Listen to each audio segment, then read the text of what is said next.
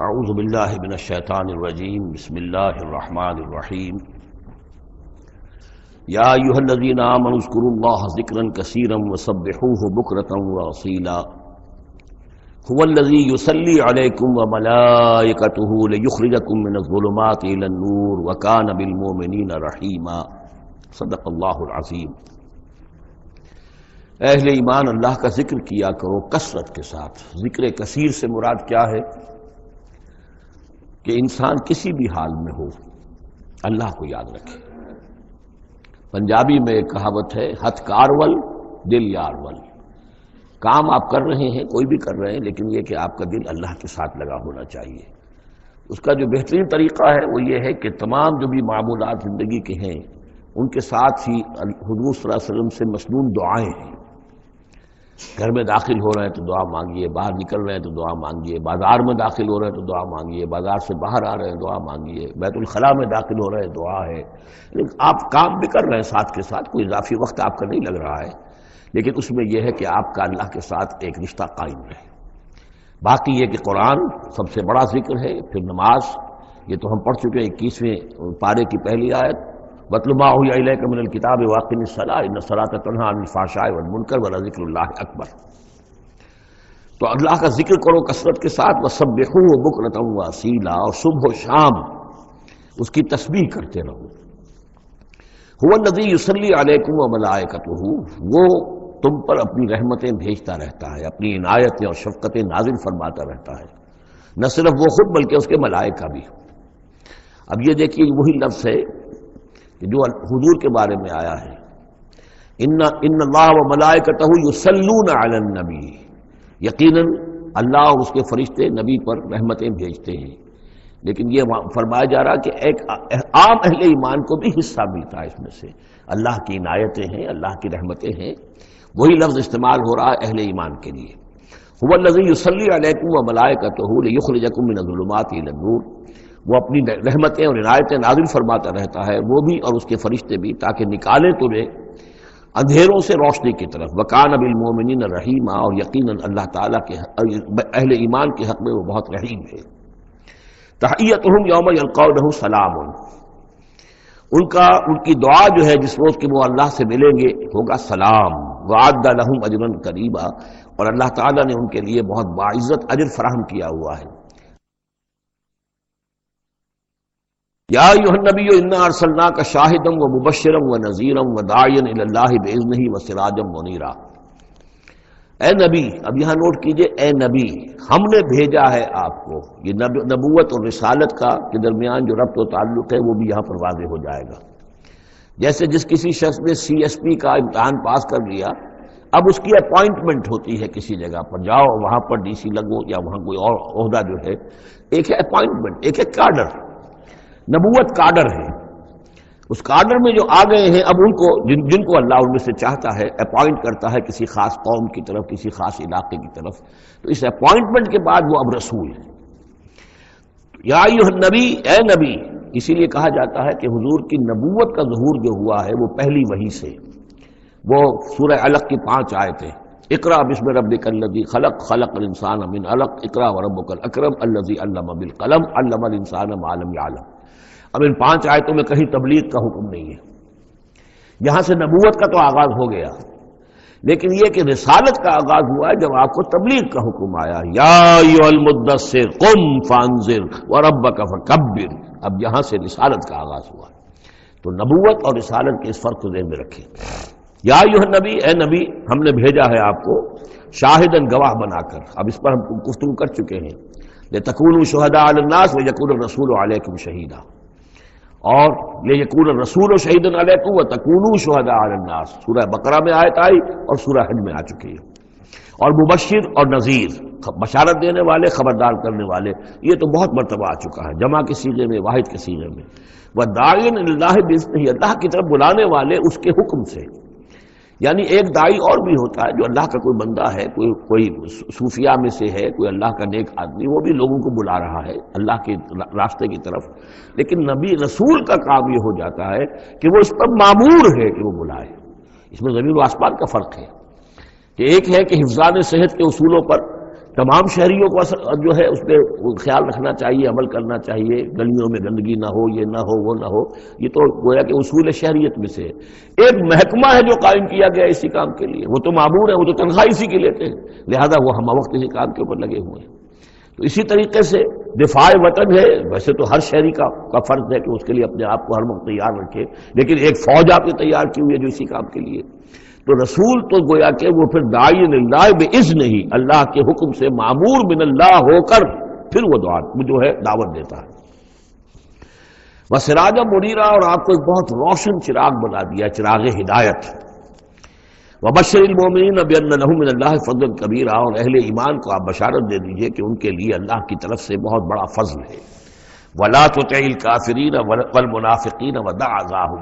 اور آپ ان کافروں اور منافقوں کی باتیں نہ مانیے، ان کی طرف دھیان بھی مت دیجیے۔ ودع اذاہم، اور وہ جو کچھ بھی اذیت آپ کو دینا چاہ رہے ہیں، تکلیف پہنچا رہے ہیں، کوف پہنچا رہے ہیں، دفع کیجیے ان کی ایذاؤں کو۔ وتوکل علی اللہ، اللہ تعالیٰ پر توکل کیجیے۔ وکفیٰ باللہ وکیلا، اللہ کافی ہے آپ کے لیے سہارا، اور آپ کی مدد کرنے کے لیے اللہ کافی ہے۔ یہ کچھ نہیں بگاڑ سکیں گے، جو چاہیں اسکینڈلز اٹھا لیں، جو چاہیں آپ کے خلاف سازشیں کر لیں، آپ کا بال بیکا نہیں کر سکیں گے۔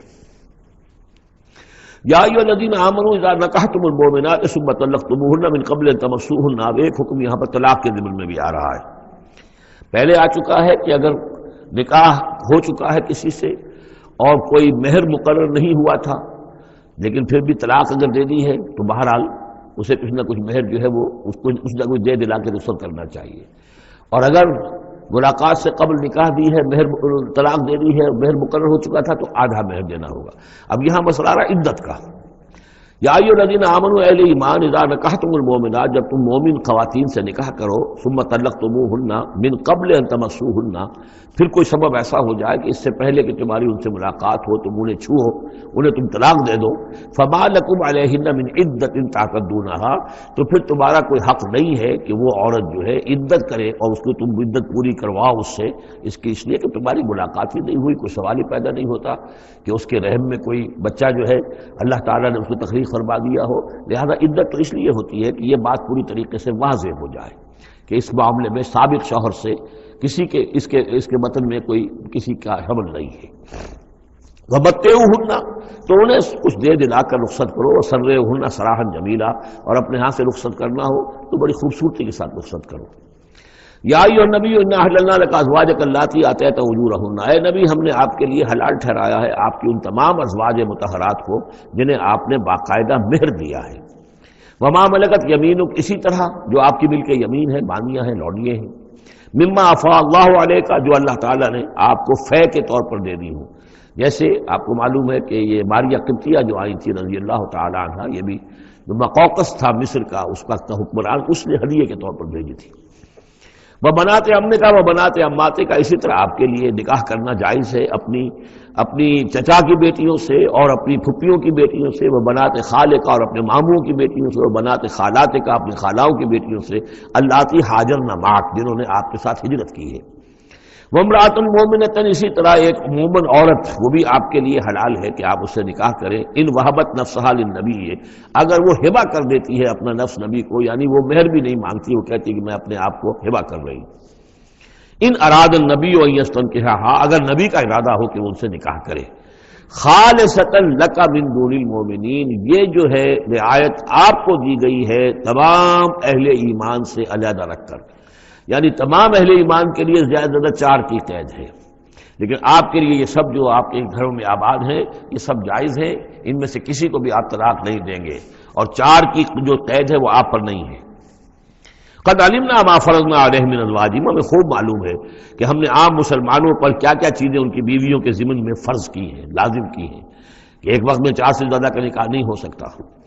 وما ملکت ایمانہم، اسی طریقے سے جو ان کی لونیاں اور بانیاں ہیں ان کے بارے میں بھی ہم نے کیا کیا قواعد و ضوابط کا انہیں پابند کیا ہے، لکھی لا یکون علیک حرج، تاکہ آپ پر کوئی تنگی نہ ہو، وکان اللہ غفور الرحیم، اللہ غفور الرحیم ہے۔ اصل میں حضور کا جو تعدد ازدواج کا معاملہ اس میں کئی مصلحتیں تھیں، ایک مسئلہ تو یہ بھی تھی، مسئلہ یہ کہ حضرت عائشہ صدیقہ رضی اللہ تعالیٰ عنہ سے نکاح کی جو مسئلہ سب سے بڑی یہ سامنے آتی ہے کہ ان کا وہ بیوہ ہو گئی ہیں جبکہ ابھی جوان تھی، وہ 18 برس کی عمر تھی جبکہ بیوہ ہو گئی ہیں، لیکن انہیں پھر طویل وقت ملا ہے، وہ معلمہ امت بن گئی ہیں۔ خواتین کے لیے تو وہی معلمہ ہیں۔ جو بھی زر و شوق کے تعلقات ہوتے ہیں اس میں خواتین آ کر مسئلہ پوچھتی تھی تو ام المومنین صدیقہ رضی اللہ تعالیٰ انہیں بتاتی تھی۔ تو طویل امت، اس لیے کہ امت کے لیے تعلیم کا کوئی اور نظام تو نہیں تھا۔ اسی طرح عرب کا جو معاشرہ تھا قبائلی معاشرہ تھا، اس میں یہ ہوتا تھا کہ کوئی بڑی شخصیت جو ہے اس کے دوسرے جو قبائل ہیں ان کے سرداروں وغیرہ سے کوئی رشتہ داری اگر ہو جائے تو اس سے بھی ایک تقویت حاصل ہوتی تھی اس نظام کو۔ تو یہ مختلف اسباب سے حضور کے لیے خاص طور پر یہ رعایت جو ہے کی گئی ہے کہ جو عام مسلمانوں کے لیے نہیں ہے۔ وَكَانَ اللَّهُ غَفُورًا رَحِيمًا، یقینا اللہ غفور الرحیم ہے۔ ترجی من تشاء منہن وتؤوی الیہ من تشاء، اور پھر یہ بھی کہ آپ کر سکتے ہیں کہ ان میں سے جس کو چاہیں ذرا اپنے سے دور کر دیں اور جس کو چاہیں اپنے قریب لے آئیں۔ یعنی وہ مساوات بھی حضور پر لازم نہیں تھی، اگرچہ حضور نے کی ہے لیکن وہ مساوات حضور پر لازم نہیں تھی، اس لیے کہ آپ کو یہ اجازت دی گئی تھی کہ اگر اپنی ازواج مطہرات میں سے کسی کو ذرا فاصلے پر کر دیں، ذرا اس سے اپنا وقت وغیرہ دینا کم کر دیں تو کوئی حرج نہیں تھا، آپ پر کوئی اس کی ملامت نہیں تھی اللہ کی طرف سے۔ کسی کو زیادہ آپ اپنے پاس رکھیں یا زیادہ اس کے پاس ٹھہرے تو اس میں بھی کوئی پابندی آپ پر نہیں تھی۔ صاف اجازت دی گئی ہے ترجی من تشاء، جو دور ذرا کر دے اپنے سے جس کو چاہے، وتؤوی الیک من تشاء، اور جس کو چاہے اپنے پاس قریب کر لو، ومن ابتغیت ممن عزلت، اور جسے آپ نے کہیں ذرا سا اپنے سے پرے کر دیا ہو اگر انہیں دوبارہ قریب اپنے لانا چاہو فلا جناح علیک، تو اس میں بھی آپ پر کوئی حرج نہیں ہے۔ ذالک ادنیٰ ان تقر اعینہن، یہ زیادہ قریب تر ہے اس سے کہ ان کی آنکھیں بھی ٹھنڈی رہیں، ولا یحزن، اور وہ رنجیدہ نہ ہو، یعنی ایسا نہ ہو کہ کسی اپنی زوجہ محترمہ سے آپ ذرا زیادہ دیر کے لیے جو ہے وہ دور رہیں، ایسا بھی نہیں ہونا چاہیے، ان کی بھی آنکھوں کی ٹھنڈک رہنی چاہیے۔ وَيَرْضَيْنَ بِمَا آتَيْتَهُنَّ كُلُّهُنَّ، اور تاکہ وہ سب کی سب راضی رہیں ان چیزوں سے جو آپ انہیں دیتے ہیں۔ حضور کا معاملہ یہ تھا کہ آپ نے کامل مساوات برتی ہے، ناپ تول کے ساتھ، نان نفقہ سب کا برابر، وقت اپنا سب کے ساتھ برابر، باریاں مقرر ہیں اور باریوں پہ ہی آپ سب شب باشی فرماتے تھے، آج ان کے پاس ہے، کل ان کے پاس ہے، پرسوں ان کے پاس ہے۔ ایک وقت آپ نے رکھا تھا جب مدینے میں آپ ہوتے تھے تو عصر اور مغرب کے درمیان چند منٹ کے لیے، 5-5 7-7 منٹ کے لیے آپ سب کے ہاں ہو آتے تھے تاکہ سب سے اس روز کی ملاقات ہو جائے۔ باقی یہ ہے کہ شام کو شب باشی، ظاہر بات ہے رات کو کہ ایک کے ہاں ہوتی تھی، اور ہر چیز کے اندر جو ہے حضور نے صلی اللہ علیہ وسلم پوری مساوات کی ہے۔ اور اس پر بھی آپ کہتے تھے اللہم ھذا قسمی فیما املک، اے اللہ جو چیزیں میرے اختیار میں ہیں، جن میں ناپ تول ہو سکتا ہے اس میں تو میں نے برابر کی تقسیم کر دی ہے، فلا تلمنی فیما تملک ولا املک، تو اللہ مجھے اس پر ملامت نہ ہو کہ جو میرے اختیار میں نہیں بلکہ تیرے اختیار میں، یعنی میرا دلی رجحان اگر ان میں سے کسی ایک طرف زیادہ ہے تو ظاہر بات ہے انسان کو اس کے اوپر اختیار نہیں ہے، اور یہ سورہ نساء میں آ بھی چکا ہے کہ یہ معاملہ تو تم چاہو بھی تو اس میں تمہارے لیے ممکن ہی نہیں ہے کہ اس قلبی رجحان کو بھی برابر تقسیم کر سکو، یہ تمہارے اختیار میں نہیں ہے، تو ظاہر بات ہے اس کے اوپر اللہ تعالیٰ کی طرف سے بات کچھ بھی نہیں ہے۔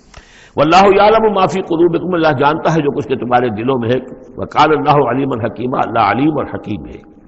لا یحل لک النساء من بعد، لیکن اب اس کے بعد جتنے بھی نکاح آپ کر چکے ہیں اب آپ کے لیے کوئی اور نکاح کرنا جائز نہیں ہے۔ یہ صورتحال بس اب فل سٹاپ لگ گیا ہے، اب نہ تو ان میں سے کسی کو آپ طلاق دیں گے اور نہ ہی مزید کوئی شادی کریں گے۔ ولا ان تتبدل بہن من ازواج، اور نہیں یہ کہ آپ ان میں سے کسی کی جگہ کسی اور کو لائیں گے۔ ولو اعجبک حسنہن، خواہ آپ کو وہ بہت پسند بھی آئی ہو، اگر کسی خاتون کی طرف آپ کی رغبت ہو بھی گئی ہو بربنائے طبع بشری، تو اب آپ کو مزید نکاح کی اجازت نہیں ہے۔ دیکھیے قرآن مجید صاف صاف بات کرتا ہے، خود حضور نے صاف بات کی ہے، مجھے تمہاری اس دنیا سے 2 ہی چیزیں پسند ہیں یا شاید 3 چیزیں پسند ہیں، ایک تو یہ کہ خوشبو پسند ہے، ایک عورتیں مجھے پسند، جو آپ نے اس میں قطعاً کوئی آپ نے جھجک نہیں رکھی کہ جو باتیں ہیں، جو بھی فطرت ہے انسان کی اور جو بھی اللہ تعالیٰ نے بنائی ہے اس کے مطابق، تو آپ نے فرمایا کہ مجھے تو دلچسپی ہے، کوئی شک نہیں۔ ولا اعجبک حسنہن، اگرچہ کوئی آپ کو زیادہ ہی پسند آ جائے لیکن یہ کہ اب آپ کو اجازت نہیں ہے نکاح کی، الا ما ملکت یمینک، سوائے اس کے کہ جو آپ کی بادی ہو، کوئی لوڈی ہو، کسی جنگ میں اگر وہ معاملہ ہو جاتا ہے تو اس کا معاملہ علیحدہ ہے، یہ نکاح کا معاملہ ہے۔ حضور کے ہاں 2 لونڈیاں ہیں، ماریہ قبطیہ اور ایک حضرت ریحانہ رضی اللہ تعالی عنہما۔ وکان اللہ علی کل شیء رقیبا، اللہ تعالی ہر چیز پر نگران ہے، ہر چیز کا پہرہ دے رہا ہے۔ یا ایھا الذین آمنوا لا تدخلوا بیوت النبی الا ان یؤذن لکم، اب دیکھیے جو ہم سورہ نور میں پڑھ آئے ہیں کہ اے مسلمانوں تم کسی گھر کے اندر داخل نہ ہو جب تک کہ تمہیں حتی تستانسوا ویؤذن لکم، اور اجازت نہ تمہیں مل جائے اور تم ان سے جو ہے پہلے بات چیت کرو، اذن لے کر داخل ہو۔ یہ سورہ نور میں آیت نمبر 27 اور 28، حتی تستانسوا، اور 28 میں آیا یؤذن لکم۔ لیکن یہ اس سے پہلے حکم آ رہا ہے، یہ حکم بھی سب سے پہلے نبی کے گھر کے بارے میں آیا، جیسا کہ میں بتا چکا ہوں۔ یہ سن 5 کا نزول ہے، وہ سن 6 کا نزول ہے، پھر اس کو ایکسٹینڈ کیا ہے تمام مسلمانوں پر۔ یا ایھا الذین آمنوا، اہل ایمان مت داخل ہو جایا کرو نبی کے گھروں میں، الا ان یؤذن لکم، الا یہ کہ تمہیں اجازت دی جائے، الی طعام غیر ناظرین اناہ، کھانے کے لیے اگر تمہیں بلایا جائے تو ایسا نہ ہو کہ پہلے ہی جا کے دھرنا مار کر بیٹھ جاؤ کہ کھانا تیار ہو رہا ہے تو بیٹھے ہوئے وہاں۔ ولیکن اذا دعیتم فادخلوا، جب تمہیں بلایا جائے تب داخل ہو، فاذا طعمتم فانتشروا، جب کھانا کھا لو تو پھر وہاں سے منتشر ہو جاؤ، چلے جاؤ۔ ولا مستانسین لحدیث، اور وہاں بیٹھ نہ رہو وہ ڈیرا جما کر کے اب حضور کی باتیں سنیں گے، کچھ گفتگو ہوگی تو بیٹھے رہیں۔ ان ذالکم کان یؤذی النبی، یہ چیز نبی کے لیے ایذا کی باعث تھی، انہیں تکلیف پہنچا رہی تھی۔ وہی جو پرائیویسی ہے گھر کی، اب اس میں یہ ہے کہ کوئی آ گیا ہے اور دھرنا مار کے بیٹھا ہوا ہے، حضور کی مروت ہے، حضور شرافت کی وجہ سے کچھ کہہ بھی نہیں سکتے ہیں، اور ظاہر بات ہے وہ کوئی ایک ایک کنال کے اور ایک ایک ایکڑ کے گھر تو تھے نہیں، وہ چھوٹا سا کوئی ایک حجرہ ہے۔ اب اسی میں بعض اوقات ایسا ہوتا تھا کہ حضرت عائشہ کے حجرے میں کوئی شخص آ گیا ملنے کے لیے، اس نے اذن چاہا تو حضور نے بلا لیا، تو حضرت عائشہ ذرا پیٹھ موڑ کر بیٹھ گئی، اپنی کمر ادھر کر دی، کوئی چادر اوپر لے لی، اور کہاں جگہ تھی وہاں پر، وہیں پر آ کر وہ شخص آ کے اپنی بات کرتا تھا، پھر چلا جاتا تھا۔ تو فرمایا کہ یہ چیزیں جو ہے یہ یقیناً تکلیف باعث بن رہی تھی۔ ان ذالکم کان یؤذی النبی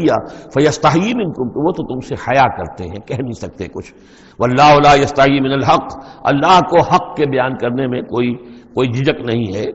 وَإِذَا سَأَلْتُمُوهُنَّ مَتَاعًا فَاسْأَلُوهُنَّ مِنْ وَرَاءِ حِجَابٍ، اب یہ پہلی مرتبہ لفظ حجاب آیا ہے قرآن میں۔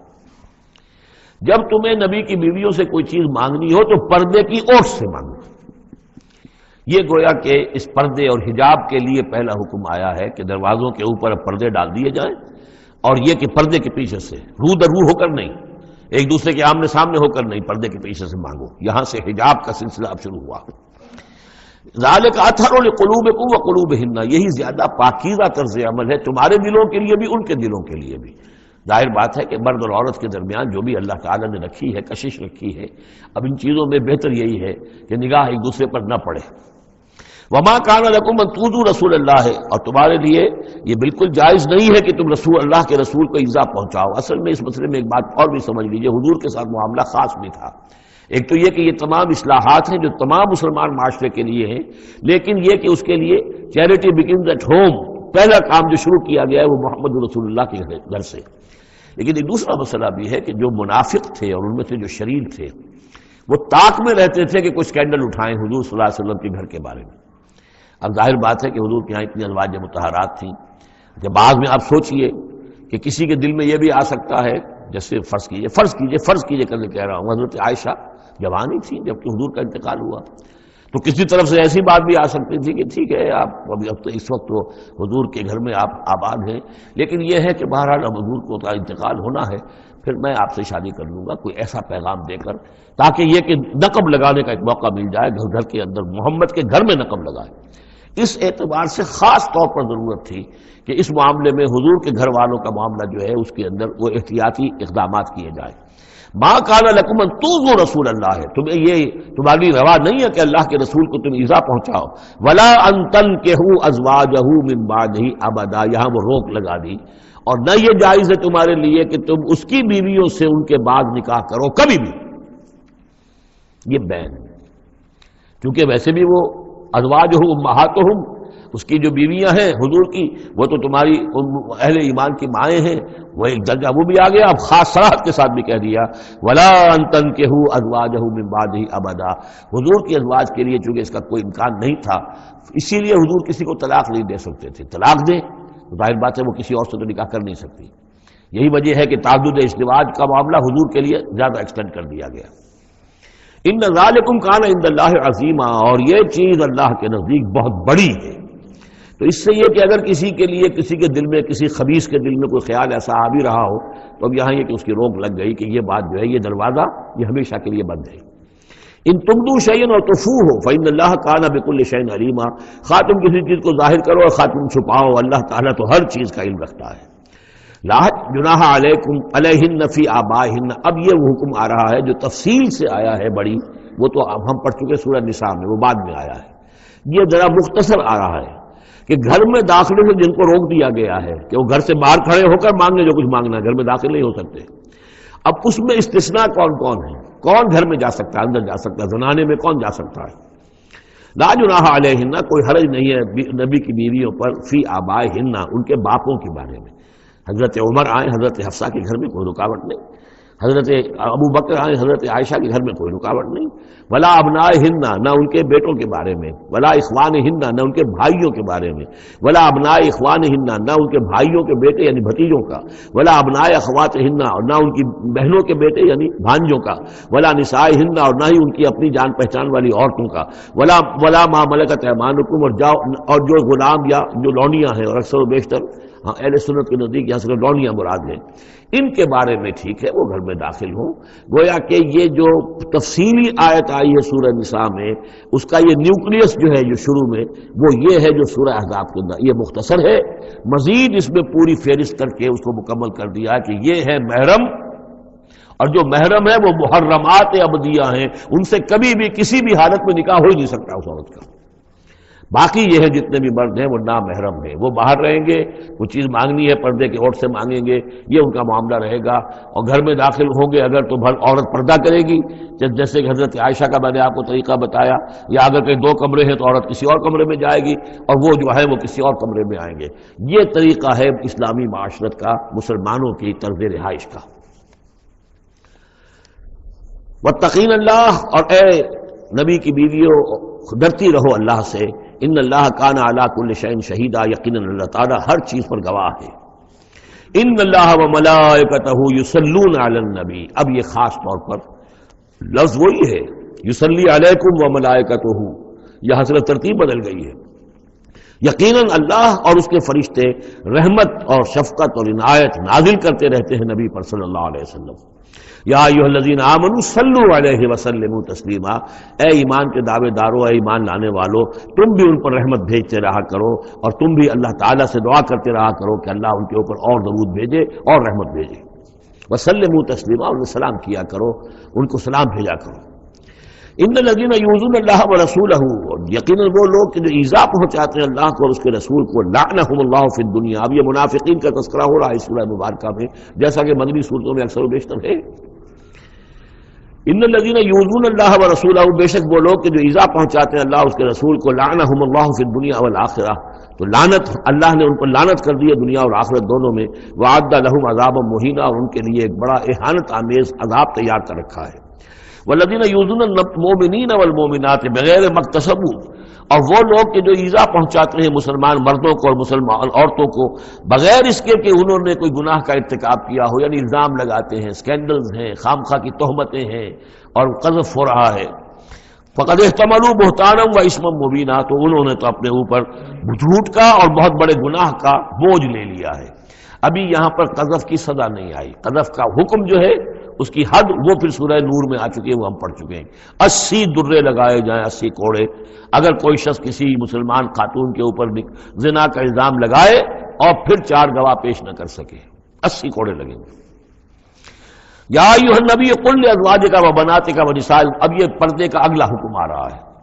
ایک تو یہ ہوگا گھر میں رہو، گھر پہ پردہ ہونا چاہیے، نامحرم پردے کی اوٹ سے بات کرے، جو بھی ضروری بات ہے وہ پردے کی اوٹ سے کرے، رو در روح کر نہ کرے۔ لیکن اب مسئلہ آتا ہے کہ عورت گھر سے باہر نکلے تو کیا ہو؟ آخر ظاہر بات ہے اگرچہ اصولی اعتبار سے عورت کا مقام اس کا گھر ہے، لیکن پھر بھی ضرورت ہو سکتی ہے وہ باہر جائے ضرورت کے تحت، تو اس میں کیا حکم ہے؟ یا ایھا النبی قل لازواجک وبناتک ونساء المؤمنین، اب یہاں پر دیکھیے ایکسٹینڈ کر رہے ہیں ترتیباً، اے نبی کہہ دیجئے اپنی بیویوں سے اور اپنی بیٹیوں سے اور اہل ایمان کی خواتین سے۔ یہ گویا کہ اب اصلاح کا دائرہ جو ہے نبی کے گھر سے نکل کر اب باہر آ رہا ہے تمام اہل ایمان کے لیے۔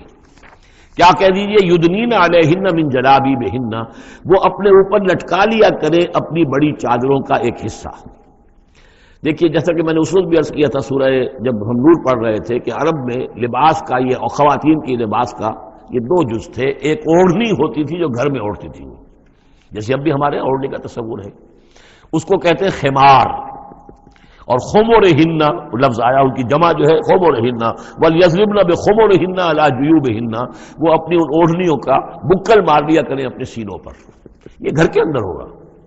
باہر جب نکلتی تھی تو بڑی چادر لے لیتی تھی، اور جو جتنی شریف گھرانے کی ہوتی تھی اتنی ہی وہ اپنے آپ کو اس میں لپیٹ لیتی تھی، لیکن چہرے کے اوپر نہیں ڈالتی تھی.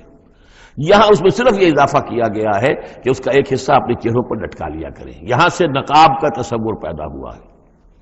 جو ہمارے ہاں بعض جگہ پر جو ہے خاص طور پہ فرنٹیئر کے علاقے میں اب بھی ہے، وہ چادر لیتی ہیں خواتین، لیکن چادر کا جو حصہ ہے وہ ان کے چہرے کے آگے آیا ہوا ہوتا ہے. یا یہ کہ کسی طریقے سے بس صرف ایک آنکھ کھول کر، خاص طور پر ایران کے اندر اس کا بڑا رواج ہے، تو میں نے دیکھا ہے کہ یہ جو ہے اس قدر ایک چادر میں، بڑی چادر میں لپٹی ہوئی ہوتی ہے دیہاتی خواتین. شہروں کے اندر تو نقشہ ذرا کچھ مختلف ہے. اب وہاں پہ چونکہ یہ بات تقریباً انہوں نے طے کر دیا کہ چہرے کا پردہ نہیں ہے، حالانکہ یہ غلط ہے. قرآن میں چہرے کا پردہ ہے. اس حوالے سے وہ جو کہا گیا کہ پردے کی اور سے ان سے بات کی جائے یا مانگا جائے، تو آخری اس کا مطلب یہ کہ چہرہ ہی تو ہے نا جس کو روکا جا رہا ہے. باقی گھر میں جو ازواج مطہرات بغیر لباس کے تو نہیں تھی معاذ اللہ، لیکن یہ کہ چہرے ہی کے پردے کے لیے کہا ہے کہ فَصَلُوهُنَّ مِن وَرَاءِ حجاب، اور حجاب کا لفظ چل رہا ہے اسی کے لیے. لیکن یہ کہ اب یہ حکم دیا گیا کہ آپ ایک چادر کو، جو چادر لے کے آپ نکلتی ہی ہیں باہر، جو بھی شریف خواتین ہیں، وہ چادر کو ذرا اپنے چہروں کے اوپر لٹکا لیا کریں. یہ جلباب کہلاتا تھا، بڑی چادر جو لے کر نکلتے تھے. تو ایک ہے خمار اوڑھنی جس کی جمع ہے خمرہن، خمر. ایک ہے جلباب بڑی چادر جس کی جمع ہے جلابیب، جلابیب ہننا. وہ اپنی بڑی چادروں کا ایک حصہ اپنے سامنے لٹکا لیا کرے چہرے کے. ذالک ادنیٰ ان یعرفنا، یہ بہتر ہے اور نزدیک تر ہے اس سے کہ ان کو پہچان لیا جائے کہ یہ شریف گھرانے کی خواتین ہیں، کیونکہ وہاں لونڈیاں باندیاں جو ہوتی تھی ان کے ہاں وہ رواج نہیں تھا. ابھی یہ جو گھر کی خاندانی خواتین ہیں ان کے ساتھ یہ بات شروع کی جا رہی ہے. فلا یؤذین، تو انہیں کوئی ایذا نہ پہنچائی جائے. وکان اللہ غفور الرحیم، اور یقینا اللہ غفور الرحیم ہے. لئن لم ينتهِ المنافقون، اگر یہ منافق باز نہ آئے، والذین فی قلوبہم مرض، اور وہ جن کے دلوں میں روگ ہے، والمرجفون فی المدینۃ، اور وہ لوگ کہ جو سنسنی پیدا کرتے ہیں مدینے کے اندر، ایسی خبریں اسکینڈلائز کر کے اور سنسنی پیدا کرتے ہیں کہ یہ بات ہو گئی، فلاں نے یہ کہہ دیا، فلاں نے یہ تہمت لگا دی. لنغرینک، اگر یہ باز نہ آئے تو اے نبی پھر ہم آپ کو اکسا دیں گے، آپ کو اجازت دے دیں گے کہ آپ ان کے خلاف کوئی اقدام کریں. لنغرینک بہم، ہم ان کے اوپر حملہ کرنے کی اور ان کو سزا دینے کے لیے آپ کو کھلی چھوٹ دے دیں گے. ثم لا یجاورونک فیہا الا قلیلا، پھر یہ شہر مدینہ کے اندر آپ کے پڑوسی بن کر نہیں رہ سکیں گے مگر یہ تھوڑا سا وقت جو یہ گزار رہے ہیں. ملعونین، ان پر پھٹکار ہے. اینما ثقفوا اخذوا وقتلوا تقتیلا، جہاں بھی یہ پائے جائیں، پکڑے جائیں اور قتل کیے جائیں، ٹکڑے کر دیے جائیں. لیکن یہ وہ حکم جو ہے یہ ایک اللہ تعالیٰ کی بیزاری اور شدت ناراضگی کا مظہر ہے، لیکن منافقین کے اعتبار سے کبھی اس طرح کا کوئی اقدام حضور کی سیرت میں ثابت نہیں ہے. سنت اللہ فی الذین خلوا من قبل، یہ اللہ کی سنت ہے، اللہ کا طریقہ ہے، اللہ کا قانون ہے. یہ ان قوموں کے بارے میں، امتوں کے بارے میں بھی جو پہلے گزر چکی ہیں. ولن تجد لسنت اللہ تبدیلا، اور تم نہیں پاؤ گے اللہ کی سنت کے اندر کوئی تبدیلی. ولن تجد لسنت یسألک الناس، ولن تجد لسنت اللہ تبدیلا، تم نہیں پاؤ گے اللہ کی سنت میں کوئی تبدیلی. یسألک الناس عن الساعہ، اے نبی لوگ آپ سے قیامت کے بارے میں پوچھتے ہیں. قل انما علمها عند اللہ، کہہ دیجئے اس کا علم تو اللہ کے پاس ہے. وما یدریک لعل الساعة تکون قریبا، اور تمہیں کیا معلوم ہو سکتا ہے کہ قیامت قریب آ چکی ہو. ان اللہ لعن الکافرین وعد لهم سعیرا، اللہ نے کافروں پر لعنت فرمائی ہے اور ان کے لیے دہتی ہوئی آگ تیار کر رکھی ہے. خالدین فیہا ابدا، اس میں رہیں گے ہمیشہ ہمیش. لا یجدون ولیا ولا نصیرا، نہیں پائیں گے کوئی حمایتی اور نہ مددگار. یوم تقلب وجوہہم فی النار، جس دن کے وہ اوندھے کر دیے جائیں گے آگ میں. یقولون یا لیتنا اطعنا اللہ واطعنا الرسول، اس وقت کہیں گے کہ ہائے کاش کہ ہم نے اطاعت کی ہوتی اللہ کی اور اطاعت کی ہوتی اس کے رسول کی. وقالوا ربنا انا اطعنا سادتنا وکبراءنا فاضلونا السبیل، وہ کہیں گے اے اللہ ہم نے تو اپنے سرداروں اور اپنے جو بڑے چودھری تھے ان کی اطاعت ہم نے کی، ان کا کہنا مانا، ان کے کہے پر چلے، بس انہوں نے ہمیں صحیح راستے سے بھٹکا دیا. ربنا آتہم ضعفین من العذاب، اے اللہ ان کو دگنا عذاب دے. والعنہم لعنا کبیرا، اور ان پر لعنت فرما بہت ہی بڑی لعنت. یا ایھا الذین آمنوا لا تکونوا کالذین آذوا موسیٰ وبرأہ اللہ مما قالوا، اہل ایمان ان لوگوں کے مانند نہ ہو جاؤ کہ جنہوں نے موسیٰ کو اذیت دی تھی، دیکھیں موسیٰ کو ایک اذیت تو وہ تھی جو ہم سورہ مائدہ میں پڑھائے ہیں کہ جب موسیٰ نے کہا علیہ الصلوۃ والسلام کہ اب اللہ کی راہ میں جنگ کرو، اور پوری قوم نے انکار کر دیا۔ ظاہر بات ہے کہ جو آپ پر بیزاری طاری ہوئی، جس پر آپ نے کہا کہ رب انی لا املک الا نفسی واخی فافرق بیننا وبین القوم الفاسقین، تو اس سے اندازہ ہو رہا ہے کس قدر آپ کو تکلیف پہنچی ہے۔ ایک بات روایات میں آتا ہے کہ آپ پر کوئی جسمانی عیب بھی لگایا گیا تھا، وہ اپنی حیا اور شرم کی وجہ سے وہ اپنا لباس بھی ہے وہ خاص طور پر اکثر و بیشتر کبھی بھی آپ عریان نہیں ہوتے تھے، جو ان کے ہاں جو رواج تھا ان میں یہ ہے کہ اتنا لحاظ نہیں رکھتے تھے، لیکن یہ کہ اب انہوں نے یہ کہنا شروع کر دیا کہ کوئی عیب ہے ان کے اندر جسمانی طور پر جس کی وجہ سے یہ اتنے شرم اور حیا کا مظاہرہ کرتے ہیں۔ بہرحال اللہ تعالیٰ نے اس کے لیے ایک سبیل پیدا کی، ایک لمبا قصہ ہے کہ جو احادیث میں موجود ہے۔ تو فرمایا تو اب یہ ہے ذاتی قسم کی ایذا، اور میں سمجھتا ہوں کہ وہ حدیث کے اندر جو واقع ہے وہ صحیح ہے، اس لیے کہ یہاں بھی ذاتی قسم کی ایذا ہے جس کا تذکرہ ہو رہا ہے کہ حضور کو حضور کے ازواج مطہرات کے حوالے سے کوئی اس طرح کا سکینڈل اٹھا کر جو ہے تو وہ تو تکلیف، جیسے کہ سورہ نور میں ہم پڑھ رہے ہیں کہ کس قدر دن آپ پر سخت گزرے ہیں وہ، جبکہ حضور حضرت عائشہ پر جو ہے وہ تہمت لگائی گئی تھی۔ تو یا ایھا الذین آمنوا لا تکونوا کالذین آذوا موسیٰ، ان لوگوں کے معنی نہ بن جاؤ کہ جنہوں نے موسیٰ کو اذیت دی تھی، فبرأہ اللہ مما قالوا، تو اللہ تعالیٰ نے انہیں بری ثابت کیا، ان کی ثابت کر دیا کہ ان میں وہ عیب نہیں ہے جو انہوں نے ان پر لگایا تھا۔ وکان عند اللہ وجیہا، اور وہ تو اللہ کے نزدیک بہت وجیح انسان تھے، صاحب حیثیت، صاحب وجاہت۔ یا ایھا الذین آمنوا اتقوا اللہ وقولوا قولا سدیدا، اہل ایمان اللہ کا تقوی اختیار کرو اور بات کرو سیدھی، خاص طور پر یہ گھریلو زندگی کے اندر چونکہ یہ معاملات ہو رہے ہیں تو یہ کہ گھریلو زندگی میں خاص طور پر انسان جو ہے زبان کا استعمال جو ہے اس میں محتاط رہے۔ یصلح لکم اعمالکم، اللہ تعالیٰ تمہارے سارے اعمال درست کر دے گا، ویغفر لکم ذنوبکم، اور اگر کبھی کسی نسیان یا کسی جذبات کے رو میں کوئی غلطی ہو جائے گی تو اللہ تعالیٰ تمہاری خطائیں بخش بھی دے گا۔ وَمَن يُطِعِ اللَّهَ وَرَسُولَهُ فَقَدْ فَازَ فَوْزًا عَظِيمًا، اور جو کوئی بھی اللہ اور اس کے رسول کی اطاعت پر کاربند ہو گیا اس نے تو بہت بڑی کامیابی حاصل کر لی۔ یہ دو آیتیں جو ہیں، یا ایھا الذین آمنوا اتقوا اللہ وقولوا قولا سدیدا یصلح لکم اعمالکم ویغفر لکم ذنوبکم ومن یطع اللہ ورسولہ فقد فاز فوزا عظیما، یہ بھی حضور نے خطبہ نکاح میں شامل کی تھی، جیسے سورہ نساء کی پہلی آیت، یا ایھا الناس اتقوا ربکم الذی خلقکم من نفس واحدۃ وخلق منها زوجها وبث منهما رجالا کثیرا ونساء واتقوا اللہ الذی تساءلون به والارحام ان اللہ کان علیکم رقیبا، ایک وہ آیت، دو یہ، اور ایک آیت سورہ آل عمران کی، یا ایھا الذین آمنوا اتقوا اللہ حق تقاتہ ولا تموتن الا وانتم مسلمون۔ انا عرضنا الامانۃ علی السماوات والارض والجبال، ہم نے امانت کو پیش کیا آسمانوں پر اور زمین پر اور پہاڑوں پر، فابین ان یحملنها، تو ان سب نے انکار کر دیا اس کو اٹھانے سے، واشفقن منها، اور اس سے ڈر گئے، وحملها الانسان، انسان نے اسے اٹھا لیا، انه کان ظلوما جہولا، یقیناً وہ نادان بھی تھا اور ظالم بھی تھا، یعنی اپنے آپ پر ظلم کیا اتنی بڑی امانت سنبھال کر۔ اب یہ امانت کون سی ہے، اس پر بہت سے اقوال ہیں تفسیری، اب ظاہر بات ہے کہ یہاں ان میں سے کون سا کہ کیا دلیل ہے، کسی کے حق میں کیا دلیل ہے، میں جس کو رد کر رہا ہوں کیوں کر رہا ہوں اس کا موقع نہیں ہے، لیکن میرے نزدیک اور مجھے اس پر جزم ہے، پوری طریقے سے وثوق ہے،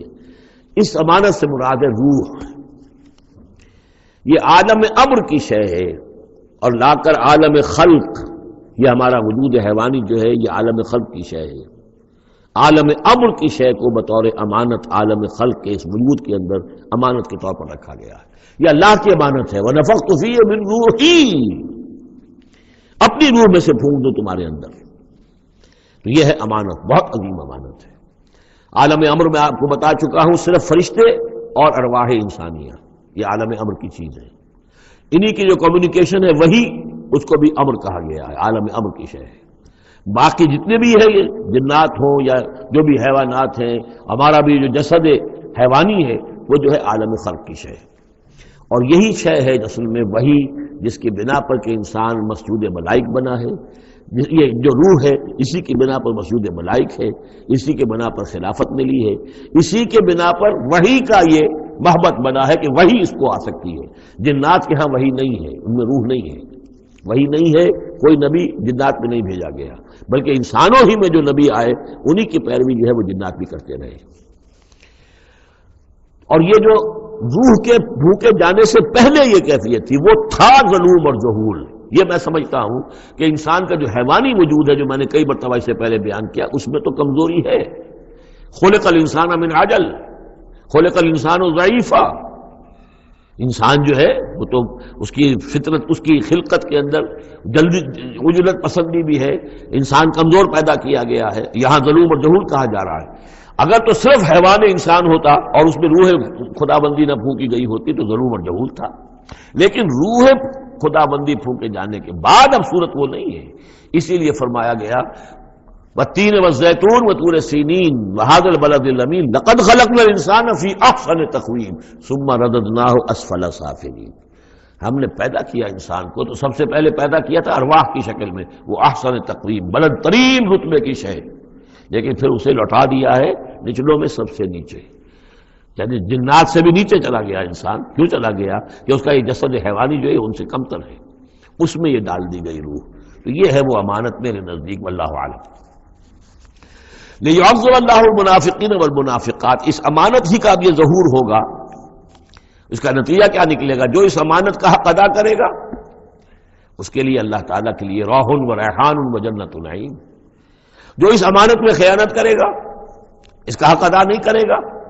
وہ حیوانی بن کر رہ جائے گا، حیوانی خواہشات اور حیوانی ہی داعیات کا تابع فرمان بن کر رہ جائے گا۔ اس نے گویا کہ خیانت کی اس امانت میں، اس کے لیے لیعذب اللہ المنافقین والمنافقات والمشرکین والمشرکات، تاکہ نتیجہ یہ نکلے کہ اللہ عذاب دے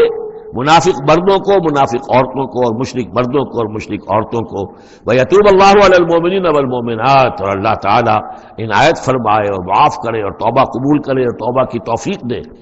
اہل ایمان مردوں کو بھی، اہل ایمان عورتوں کو بھی۔ وَكَانَ اللَّهُ غَفُورًا رَحِيمًا، یقیناً اللہ تعالیٰ غفور اور رحیم ہے۔ یہ جو چوتھا گروپ تھا مکی اور مدنی صورتوں کا وہ یہاں ختم ہوا، 8 مکیات اور 1 مدنی صورت۔ اب 5واں گروپ شروع ہو رہا ہے، اس میں 13 ہیں مکی صورتیں اور پھر 3 آئیں گی مدنی صورتیں، لیکن یہ جان لیجئے کہ اب جو مدنی صورتیں آئیں گی وہ چھوٹی چھوٹی ہیں، زیادہ سے زیادہ 4 رکوع، اکثر و بیشتر 2 رکوع۔ یہ جو بڑی مکیات تھی وہ تقریباً مدنیات جو ہیں وہ ختم ہو چکی ہیں، سورہ بقرہ، سورہ آل عمران، سورہ انفال۔ ترتیب کیا ہے؟ پہلے سورہ بقرہ ہے، پھر سورہ انفال ہے، پھر سورہ آل عمران ہے، پھر سورہ نساء ہے، پھر سورہ نور ہے، پھر سورہ احزاب ہے، پھر سورہ نور ہے، پھر سورہ مائدہ ہے۔ یہ ہے طویل، جو سائزیبل اور طویل مدنیات ہیں۔ باقی چھوٹی جو ہے وہ ان کے بین ان کے درمیان آتی نہیں ہے۔ جیسے سورہ صف جو ہے وہ بھی سورہ احزاب کے ساتھ ہی متصلاً نازل ہوئی ہے۔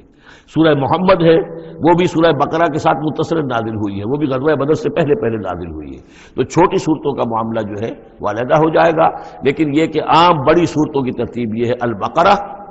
اور پھر انفال، پھر آل عمران، پھر نساء، پھر یہ جو ہم نے ابھی ختم کی احزاب، اور پھر نور اور پھر مائدہ۔ سورۃ السبا، بسم اللہ الرحمن الرحیم۔ اب نوٹ کر لیجئے یہ آخری مرتبہ 2 صورتیں قرآن میں آ رہی ہیں جو الحمدللہ سے شروع ہو رہی ہیں، تقریباً 8 پاروں کے فصل سے۔ سورہ فاتحہ الحمد سے شروع ہوئی، الحمدللہ رب العالمین الرحمن الرحیم۔ پھر سورہ انعام آئی تھی، وہ بھی الحمدللہ الذی خلق السماوات والارض وجعل الظلمات والنور۔ اس کے بعد پھر 15ویں پارے میں آئی سورہ کہف، الحمدللہ الذی انزل علی عبدہ الکتاب ولم یجعل لہ عوجا۔ اور اب پھر یہ 7 پاروں کے بعد 22ویں پارے میں سورہ سبا بھی ہے، اس سے آگے سورہ فاطر بھی ہے، یہ جوڑے کی شکل میں ہے اور یہ دونوں الحمدللہ سے شروع ہو رہی ہیں۔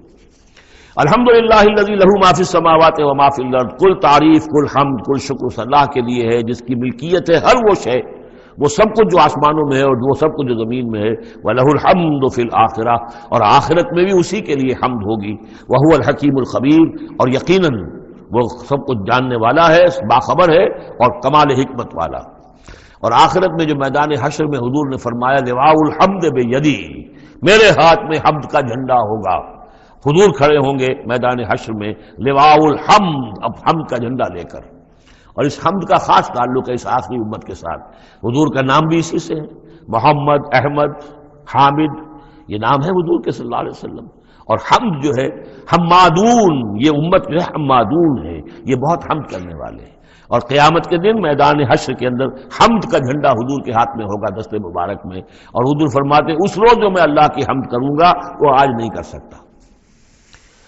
یعلم ما یلج فی الارض وما یخرج منها، وہ جانتا ہے جو کچھ زمین میں گھستا ہے، داخل ہوتا ہے، اور جو کچھ کہ اس سے نکلتا ہے۔ وما ينزل من السماء وما يعرج فيها، اور جو کچھ کہ اترتا ہے آسمان سے نازل ہوتا ہے، اور جو کچھ کہ چڑھتا ہے اس میں۔ وهو الرحیم الغفور، اور وہ غفور ہے اور رحیم ہے۔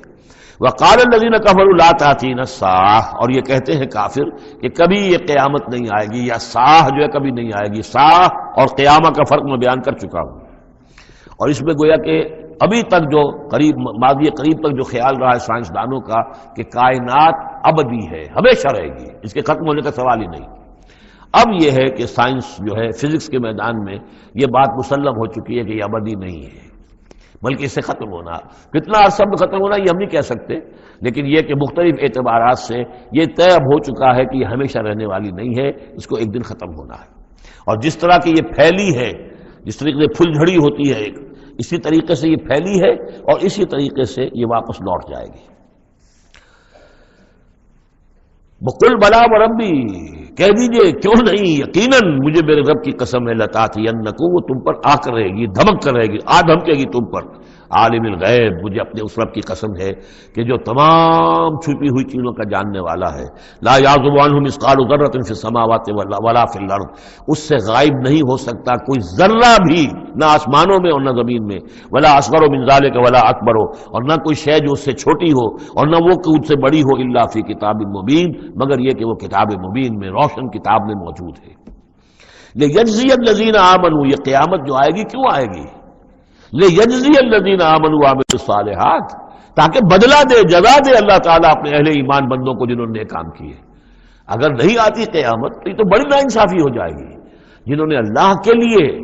اپنی لذات کو چھوڑا، دنیاوی لذائذ کو چھوڑا، اپنے عیش کو چھوڑا، انہوں نے جان جوکھوں میں ڈالی، انہوں نے جہاد کیا، انہوں نے قتال کیا، انہوں نے اپنے کیریئرز برباد کیے، اپنے مستقبل خراب کر لیے دنیاوی اعتبار سے، ہم ان کو کوئی بدلہ نہ ملے، کہیں ان کا اعزاز و اکرام نہ ہو،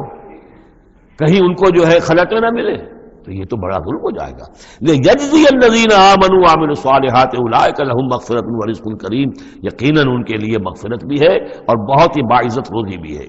والذین سعوا فی آیاتنا معاجزین، اور وہ لوگ کہ جو ہماری آیات کو جھٹلانے میں جو ہے کوشاں ہیں، ہرانے میں، شکست دینے کے اندر، اولئک لهم عذاب من رجز علیم، ان کے لیے تو پھر عذاب ہوگا بہت دردناک۔ وَيَرَى الَّذِينَ أُوتُوا الْعِلْمَ الَّذِي أُنزِلَ إِلَيْكَ مِن رَّبِّكَ هُوَ الْحَقُّ، تاکہ دیکھ لے وہ لوگ کہ جن کو علم دیا گیا ہے کہ یہ جو چیز نازل کی گئی ہے محمد آپ کی طرف، یہ حق ہے آپ کے رب کی طرف سے۔ وَيَهْدِي إِلَى صِرَاطِ الْعَزِيزِ الْحَمِيدِ، اور یہ ہدایت دیتی ہے عزیز اور حمید ہستی یعنی اللہ تعالیٰ کے راستے کی طرف۔ وَقَالَ الَّذِينَ كَفَرُوا، اور جو کافر کہتے ہیں هَلْ نَدُلُّكُمْ عَلَىٰ رَجُلٍ، کیا اگر ہم بتائیں آپ کو ایک شخص ایسا بھی ہمارے ہاں پیدا ہو گیا ہے، یہ اس طریقے سے استہزائی انداز میں کہتے تھے کہ هل ندلکم علی رجل، ایک ایسے شخص کی طرف رہنمائی کریں تمہاری، ینبئکم، جو تمہیں یہ خبر دے رہا ہے، اذا مزقتم کل ممزق، جبکہ تم بالکل ریزہ ریزہ ہو جاؤ گے، مرنے کے بعد مٹی ہو کر مٹی میں مل جاؤ گے، انکم لفی خلق جدید، پھر تمہیں ایک مرتبہ اور بنا دیا جائے گا، پیدا کر دیا جائے گا۔ افترا علی اللہ کذبا، اس آیت کو نوٹ کر لیجئے، اس لیے کہ سورت کے آخر میں پھر اس کا حوالہ آئے گا کہ وہ شش و پنج میں تھے، معاملہ کیا ہے؟ کیا یہ محمد نے جھوٹ گھڑ لیا ہے؟ اب اس کے بھی شواہد نہیں ملتے تھے ان کے سامنے کہ ان کی سیرت و کردار، آخر 40 برس جو ہمارے مابین انہوں نے گزارے ہیں، الصادق الامین، ہم نے خود خطاب دیا ان کو۔ تو افترا علی اللہ کذبا، کیا انہوں نے اب اتنی بڑی جسارت کی ہے کہ کوئی چیز گھڑ کر جھوٹ موٹ اللہ کی طرف جو ہے وہ منسوب کر دی ہے؟ اب بھی جنہ، یا یہ کہ ان پر کوئی جنون ہو گیا ہے، وہ دماغی توازن کھو بیٹھے ہیں، یا کوئی آسیب کا سایہ آ گیا، یعنی ظاہر بات ہے کہ آسیب کا سایہ ہو گیا ہے، اور کوئی اگر ان کو جنون کا عارضہ ہو گیا تو پھر تو یہ پھر ملامت نہیں ہے، پھر تو آدمی کہہ دیتا ہے جو بھی چاہے کہہ دے، اس نے جان بوجھ کر تو جھوٹ نہیں بولا، دیوانہ آدمی جو ہے وہ جان بوجھ کر جھوٹ نہیں بول رہا ہوتا، جو منہ میں آیا کہہ رہا ہے، تو ہو سکتا ہے۔ تو یہ ان کے درمیان گویا کہ ایک انہیں اس میں ابھی شش و پنج ہے، یہ جیسا کہ میں نے آپ چرچ کیا نا، یہ صورتیں وہ ہیں کہ جو درمیانی 4 سالوں کی ہے، آخر میں آ کر جو بھی وہ پوری طرح پولرائزیشن ہو گئی تھی وہ تو ہم پڑھ چکے ہیں 14 جمع 2 16 صورتیں تقریباً، ان میں سے ایک نکال دیجیے سورہ ہجر تو 15 صورتیں وہ ہیں کہ جو آخری 4 سال جو ہیں آپ کے قیام مکہ کے اس دور کے ہیں، اور یہ جو 2 گروپ ہیں درمیانی مکی صورتوں کے، یہ ہیں درمیانی 4 سال۔ ان میں سے بھی سورہ شعراء کو نکال دیجئے کہ وہ ابتدائی دور کی صورت ہے، باقی یہ تقریباً سب کی سب وہ صورتیں ہیں۔ تو ابھی اب ان کے اندر بھی خود بھی ایسے لوگ تھے کہ جو شش و پنج میں تھے کہ ہوا کیا، ماجرا کیا ہے، کیا واقعی محمد نے اتنے سچے صادق الامین انسان نے جھوٹ گھڑ لیا؟ یہ بات بھی کوئی سمجھ میں نہیں آتی، اور کیا ان کے اوپر کوئی دیوانہ پن طاری ہو گیا ہے، کوئی جنون کا عرصہ ہو گیا، یہ اس کے بھی شواہد نظر نہیں آ رہے۔ بل الذین لا یؤمنون بالآخرۃ فی العذاب بل الذین لا یؤمنون بالآخرۃ فی العذاب، بلکہ یہ وہ لوگ کہ جو آخرت پر یقین نہیں رکھتے وہ عذاب میں آئے ہوئے ہیں، ان کی جان اس ضیق میں پھنس گئی ہے، وہ دلال ہے، اور وہ اس میں یعنی گمراہی کے اندر پڑ گئے ہیں بڑی دور کی، اور ان کی سمجھ میں جو بات آ نہیں رہی ہے، اگر آخرت کا انہیں یقین ہوتا تو یہ بات ان کو سمجھ میں آ جاتی۔ افلم یروا الی ما بین ایدیہم وما خلفہم، تو کیا انہوں نے دیکھا نہیں جو کچھ ان کے سامنے ہے اور جو کچھ ان کے پیچھے ہے، من السماء والارض، آسمانوں اور زمین میں سے۔ سامنے کیا ہے؟ آپ کائنات کو دیکھتے ہیں، یہ سب آپ کے سامنے ہے۔ پیچھے کیا ہے؟ تاریخی شواہد جو ہیں وہ آپ کے پیچھے ہیں۔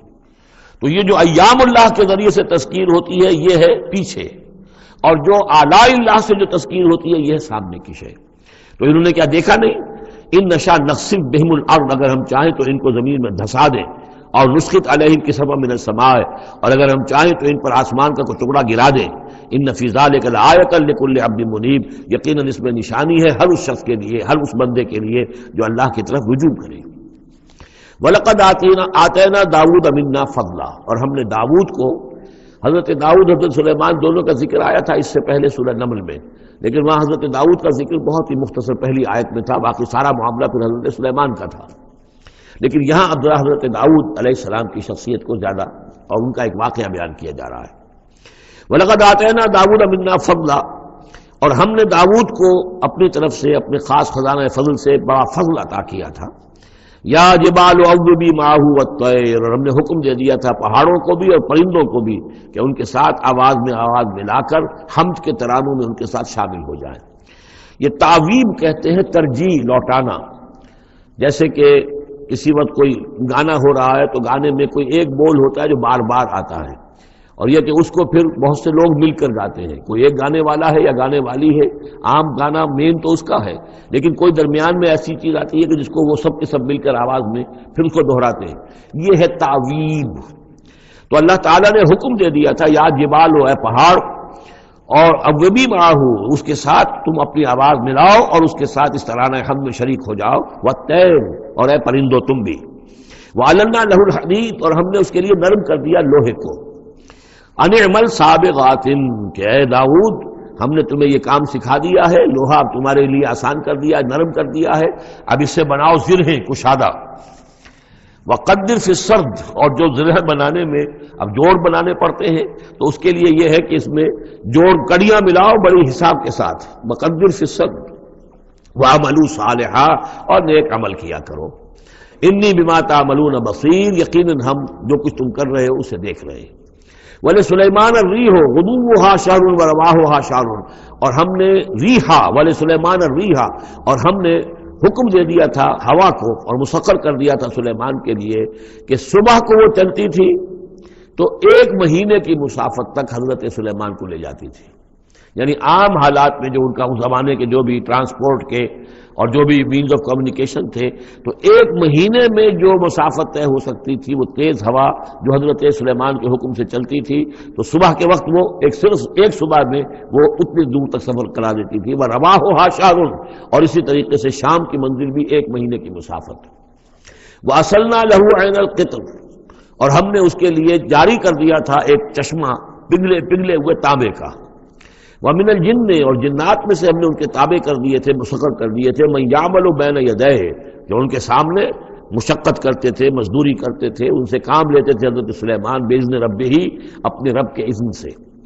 وَمَن يَزِغْ مِنْهُمْ عَنْ أَمْرِنَا، اور جو کوئی بھی ان میں سے ہمارے حکم سے کوئی سرتابی کرتا تھا، ٹیڑھا ہوتا تھا، نُذِقْهُ مِنْ عَذَابِ السَّعِيرِ، ہم اس کو عذاب چکھاتے تھے، بہت جلا دینے والا عذاب۔ یعملون لہ، اور یہ شیاطین، یہ جن جو کیا کرتے تھے ان کے لیے، یعملون لہ ما یشاء، ہر عمل کرتے تھے اور وہ چیزیں بناتے تھے جو وہ چاہتے تھے. من محاریب، بڑی بڑی عمارتیں بناتے تھے. بتماثیل، بڑے بڑے مجسمے بناتے تھے. اب یہ تماثیل کا بنانا جو ہے شریعت محمدی میں حرام ہو چکا ہے، لیکن یہ کہ معلوم ہوتا ہے کہ اس وقت تک اس کے اندر حرمت نہیں تھی. جفان کا جواب، اتنے بڑے بڑے کڑھائے ہوتے تھے لگن کہ جیسے کہ وہ تالاب ہیں، اور قدور الراسیات، اور اتنی بڑی دیگیں ہوتی تھی جو ہل نہیں سکتی کہیں، بس وہ مستقل طور پر چولہوں کے اوپر رکھ دی گئی تھی. اس قسم کی دیگ سنا ہے کہ اجمیر شریف میں ہے، وہاں جو شیخ معین الدین اجمیری رحمۃ اللہ علیہ کا جو بازار ہے، تو وہاں وہ دیگیں ہیں بہت بڑی بڑی، جن کے اندر جو ہے وہ تو پھر انسان اس کے اندر داخل ہو کر پھر وہاں سے بھر بھر کے وہ لوگوں کو دیتے ہیں، اس لیے کہ وہاں جو ہجوم ہوتا ہے تو اس کے لیے اتنا بندوبست وہاں کیا گیا ہے.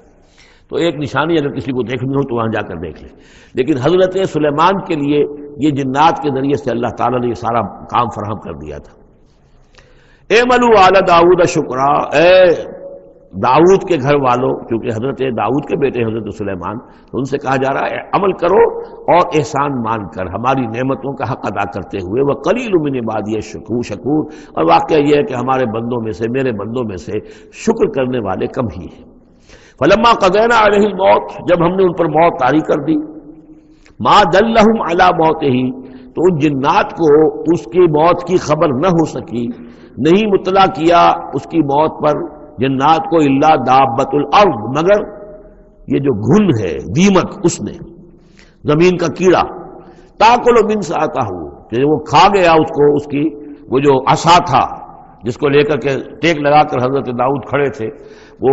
جان قبض ہو چکی ہے، انتقال کر گئے، لیکن وہ کھڑے رہے وہاں پر. اور جب وہ عصا جو ہے وہ دیمک چٹ کر گئی اور وہ عصا گرا، ٹوٹا، اور پھر حضرت جو سلیمان کی جو کا جسد جو ہے وہ گرا، تو انہیں معلوم ہوا. فلما خرّا، تو جب وہ گر پڑے، تبینت الجن، تو اب معلوم ہو گیا جنات کو، اللہ کانوا یعلمون الغیب، اگر انہیں علم غیب حاصل ہوتا، ما لبثوا فی العذاب المہین، تو وہ اس عذاب مہین میں نہ رہتے اتنے عرصے تک. وہ یہی سمجھ رہے تھے کہ یہ کھڑے ہوئے ہیں سلیمان، لہذا جو بھی کام لگا رکھا ہے وہ کام کر رہے ہیں. لقد کان لسبع فی مسکنہم آیہ، اسی طرح قوم سبا کے لیے بھی ان کے مسکن میں، ان کے وطن میں ہماری ایک نشانی تھی. یہ قوم سبا یمن میں آباد تھی، اور ان کے ہاں یوں سمجھیے کہ 2 سلسلے باغات کے چلے گئے تھے سینکڑوں میل تک، اور بہت عمدہ باغات، پہاڑی علاقہ ہے، بہت بند بنائے تھے انہوں نے. اور یہ کہ یہ تقریباً 800 قبل مسیح کے زمانے میں یہ بند بنائے گئے ہیں، حضرت مسیح سے 800 برس قبل. اور ایک بہت بڑا بند تھا سد معارم.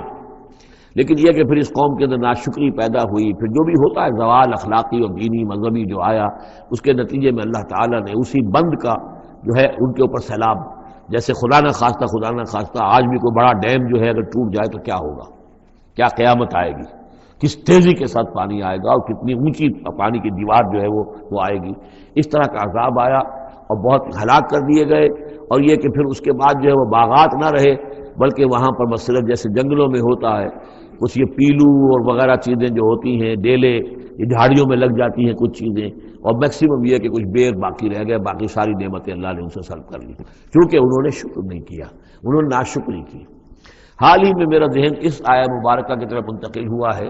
پاکستان کی تاریخ کے حوالے سے، کہ جنتین، اللہ نے ہمیں بھی 2 باغ دیے تھے،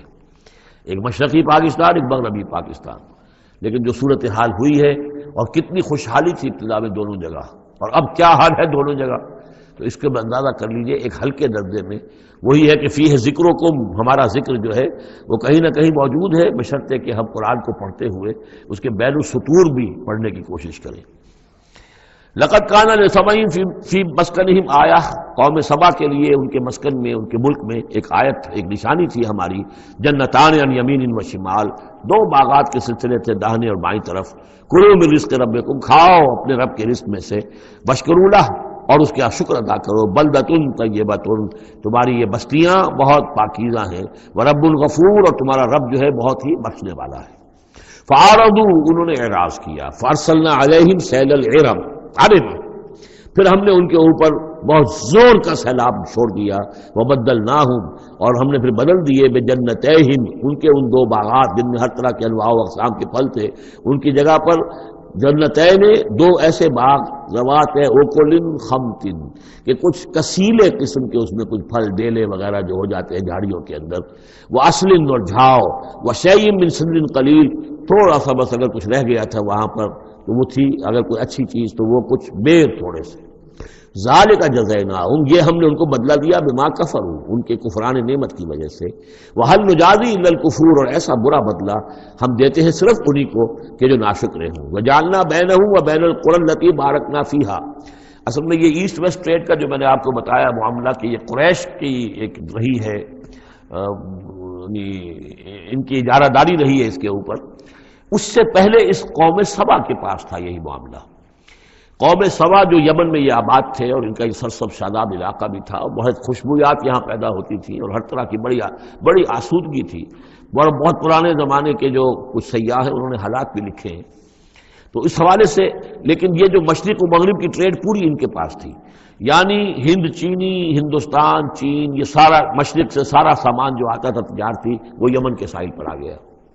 ادھر یورپ سے سارا سامان جو آیا مرچنڈائز وہ آ گیا فلسطین کے ساحل پر، میڈیٹرینین کو کراس کیا فلسطین کے ساحل پر آ گیا۔ اب ان دو پوائنٹس کے درمیان جو ہے ان کے قافلے جاتے تھے، اور اللہ تعالیٰ نے ایسا کیا تھا کہ ایک تو کئی سو میل تک آغاز ہی چلے گئے تھے، پھر یہ کہ آگے بھی یہ ہے کہ تھوڑے تھوڑے وقفے کے بعد ایسی بستیاں آباد کر دی تھی اللہ نے اس راستے پر، راستے ہی پر تھیں، تو گویا کہ راستہ پرامن بھی ہو گیا، پرسکون بھی ہو گیا، ضرورت کی چیزیں بھی ملنے لگی۔ لیکن یہ کہ جب ان کے اندر گراوٹ آئی تو انہوں نے اس کی ناشکری کی، اللہ فائدہ یہ سب ہے، اس میں تو کوئی جو ہے خاص ہمارے لیے ایڈونچر تو ہے ہی نہیں، تو کوئی دور کا سفر ہو اس میں خطرے بھی ہو، اس میں کوئی اندیشے بھی ہو، تب لطف آئے سفر کا، تو اللہ تعالیٰ نے پھر